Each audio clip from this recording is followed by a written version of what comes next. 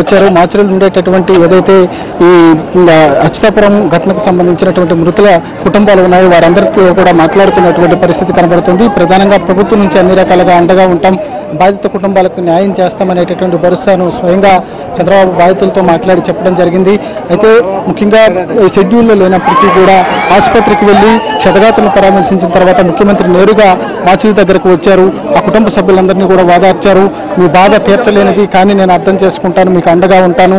ఎవరైతే కంపెనీ ప్రతినిధులు పైన వాళ్ళు మొదటి నుంచి కూడా అసహనం వ్యక్తం చేస్తున్నారు, ఇప్పటివరకు కూడా ఎలాంటి సమాచారం ఇవ్వలేదు, బాధ్యతారహిత్యంగా వ్యవహరిస్తున్నారు అనేటటువంటిది దానిపైన కూడా ముఖ్యమంత్రి చంద్రబాబు స్పందించారు. కంపెనీ ప్రతినిధులపైన చర్య తీసుకుంటాం, యాజమాన్యంపై చర్య తీసుకుంటాం అనేటటువంటి చంద్రబాబు చెప్పారు. ఆ తర్వాత ఇక్కడ నుంచి ఏదైతే ఎసెన్షియా కంపెనీకి సంబంధించినటువంటి ఘటన జరిగేటటువంటి ప్రాంతానికి ముఖ్యమంత్రి బయలుదేరారు. కేజీహెచ్లో మొత్తం కూడా ఎవరైతే బాధితులు ఉన్నారో వారందరూ కూడా ఉదయం నుంచి ఇక్కడ ఆందోళన చేస్తున్నారు. వారి కుటుంబాలకు న్యాయం చేయాలి, ముఖ్యమంత్రి స్వయంగా వచ్చి మాట్లాడాలి అనేటటువంటిది వారు ఆవేదన వ్యక్తం చేశారు. ఈ నేపథ్యంలో ముఖ్యమంత్రి వారి యొక్క కోరిక మేరకు కేజీహెచ్ దగ్గరకు వచ్చి మాచర్ల దగ్గర వారితో మాట్లాడారు. మాట్లాడిన తర్వాత వారందరూ కూడా సంతృప్తి వ్యక్తం చేశారు. మరి కాసేపట్లో పోస్ట్ మార్టంకి సంబంధించినటువంటి ప్రక్రియ కూడా పూర్తయ్యే అవకాశాలు ఉన్నాయి. అక్కడ నుంచి డెడ్ బాడీస్ని కూడా తరలించేటటువంటి అవకాశం ఉంది. అయితే ముఖ్యమంత్రి మొదటి నుంచి ఒకటే చెప్తున్నారు, ఘటనకి సంబంధించి ప్రభుత్వం చాలా సీరియస్గా తీసుకుంది, బాధ్యులైనటువంటి వారిపైన చర్యలు తీసుకుంటాం, దాంతోపాటుగా బాధితులకు అండగా నిలుస్తాం, చనిపోయినటువంటి కుటుంబాలకు బాసటగా ఉంటామనేటటువంటి భరోసా ఇచ్చారు. ఇదే నేపథ్యంలో నిన్నటి నుంచి కూడా మంత్రులు, ఉన్నతాధికారులందరినీ కూడా అలర్ట్ చేస్తూ ఘటనకు సంబంధించి ఎప్పటికప్పుడు పర్యవేక్షిస్తున్నటువంటి పరిస్థితి మనం చూసాం. అయితే ఈరోజు కూడా స్వయంగా ముఖ్యమంత్రి ఘటనా స్థలానికి వచ్చి మొత్తం కూడా పర్యవేక్షించారు, బాధిత కుటుంబాలతో మాట్లాడారు.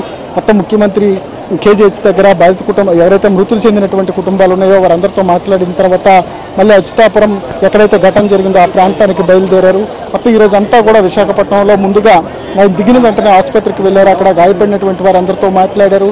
ఆ తర్వాత మళ్ళీ కేజీహెచ్కి వచ్చి ఇక్కడ మృతి చెందినటువంటి కుటుంబాలతో మాట్లాడారు. మళ్ళీ ఇక్కడ నుంచి నేరుగా ఘటన జరిగినటువంటి ప్రాంతానికి వెళ్తున్నారు. ముఖ్యమంత్రి కాన్వాయ్ బయలుదేరింది. ఇక్కడ నుంచి అచ్యుతాపురంకు ముఖ్యమంత్రి వెళ్తారు. అక్కడ ప్రమాదం జరిగేటటువంటి పరిస్థితులు, ఉండేటువంటి ఫ్యాక్టరీలో తీసుకున్నటువంటి ప్రికాషన్స్ ఏంటి, వాళ్ళ నెగ్లిజెన్సీస్ ఏంటి, అదేవిధంగా అక్కడ ఎలాంటి లోపాల కారణంగా ప్రమాదం జరిగిందనేటటువంటి దానిపైన ఆయన స్వయంగా పర్యవేక్షించేటటువంటి అవకాశం ఉంది. మొత్తానికైతే వైసీపీ నేతలు ఇక్కడ పరామర్శకు వచ్చిన తర్వాత చాలా విమర్శలు చేశారు. ముఖ్యమంత్రి ఇప్పటి వరకు చనిపోయినటువంటి కుటుంబాలతో మాట్లాడలేదని చెప్పారు. దీనిపైన కూడా చంద్రబాబు కొద్దిసేపటి క్రితం స్పందించారు. ఏదైతే 60 రోజులైంది కూటమి ప్రభుత్వం వచ్చి, ఈ నేపథ్యంలో గతంలో ఉండేటటువంటి ప్రభుత్వం ఫ్యాక్టరీలపైన, ఇండస్ట్రీస్ పైన, పెద్ద పెద్ద పరిశ్రమలపైన పర్యవేక్షణ లేనటువంటి కారణంగా ఈ ఘటన చోటు చేసుకుంది. ఇదంతా కూడా వైసీపీ ప్రభుత్వంలో జరిగిన పాపమే అని చెప్పి ముఖ్యమంత్రి స్వయంగా చెప్పారు కొద్దిసేపటి క్రితం.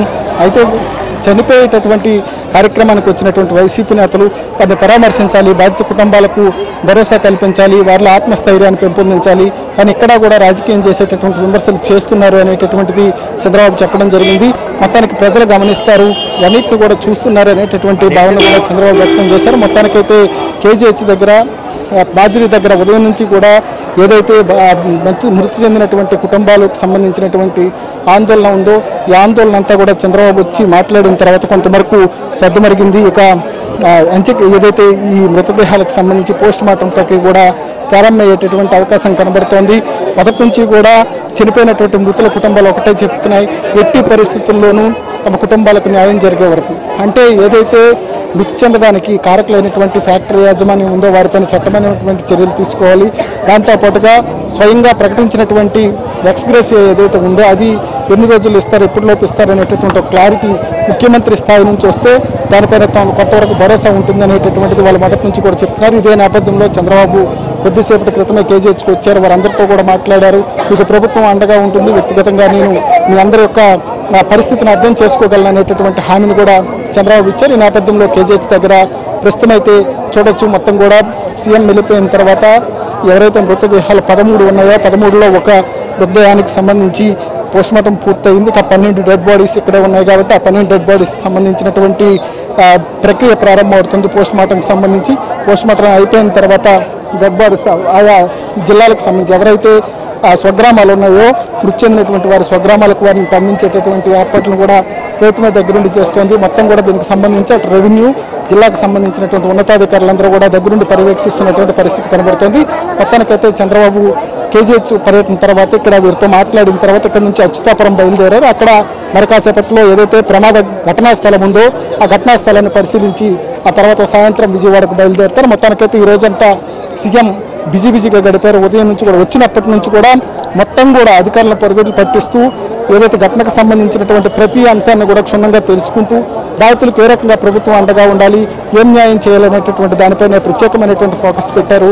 మొత్తం కూడా షెడ్యూల్లో లేనప్పటికీ కూడా కేజీహెచ్ మార్జరీ దగ్గరకు వచ్చి ఆ బాధితుల ఎవరైతే మృతి చెందినటువంటి కుటుంబాలు ఉన్నాయో వారందరితో కూడా ఆయన స్వయంగా మాట్లాడటంతో వారు కూడా కొంత మనసులో ఉండేటటువంటి బాధను కొంత తగ్గించుకొని నిదానమైనటువంటి పరిస్థితి కనబడుతుంది. మొత్తానికైతే ముఖ్యమంత్రి మార్చురీకి వచ్చిన తర్వాత ఇక్కడ నుంచి తిరిగి అచ్యుతాపురం బయలుదేరారు.